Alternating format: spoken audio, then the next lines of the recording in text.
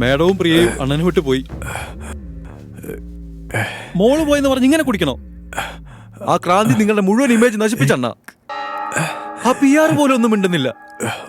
ഇനി എന്തിനാണ് നമ്മളിവിടെ നിൽക്കുന്നത്? പോവാണ്ണ, നമുക്ക് ഇവിടുന്ന് എവിടെയെങ്കിലും പോവാണ്ണ.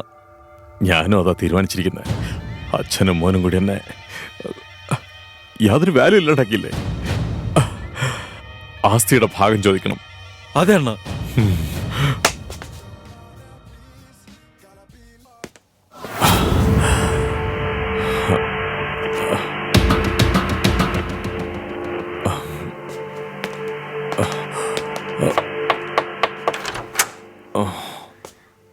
അച്ഛൻ മസാജിങ്ങില്ല, ആരെയും കയറ്റിവിടില്ല.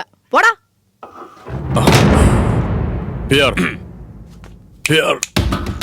അവൻ പറഞ്ഞത് കേട്ടില്ലേ? എനിക്ക് PR-നോട് സംസാരിക്കണം. എന്നോട് സംസാരിച്ചാ മതി. എനിക്കിത് PR-നോട് പറയേണ്ട വിഷയമാണെങ്കിലോ? അതൊക്കെ അങ്ങ് പണ്ട്. ഇപ്പൊ അച്ഛനും മോനും ഒന്നാ. എന്നോട് പറഞ്ഞാ മതി.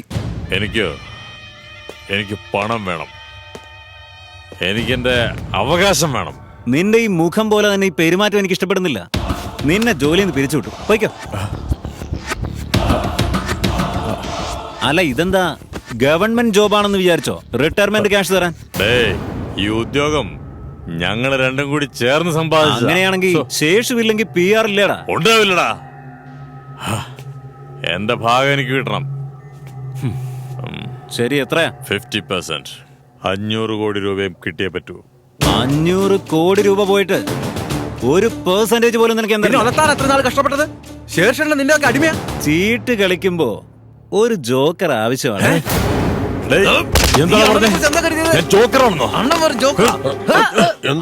അതെ, ക്രാന്തി അണ്ണനും ശേഷങ്ങളും കൂടെ അവിടെ അടി കൂടിക്കൊണ്ടിരിക്കുക.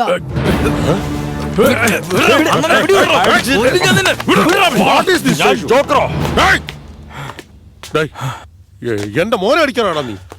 അതോ മറ്റുള്ളവരെ പോലെ ഇവൻ നിന്റെ ജോലിക്കാരാണെന്ന് വിചാരിച്ചോ? എന്റെ മോനാടാ അവൻ. ഇവൻ നിന്റെ മകനാണെന്നാണോ പറയുന്നത്? മര്യാദയായിട്ട് പെരുമാറാൻ പോലും അറിയില്ല അവന്. അതേച്ചാ, ഇവൻ എന്താ പറഞ്ഞെന്നറിയോ?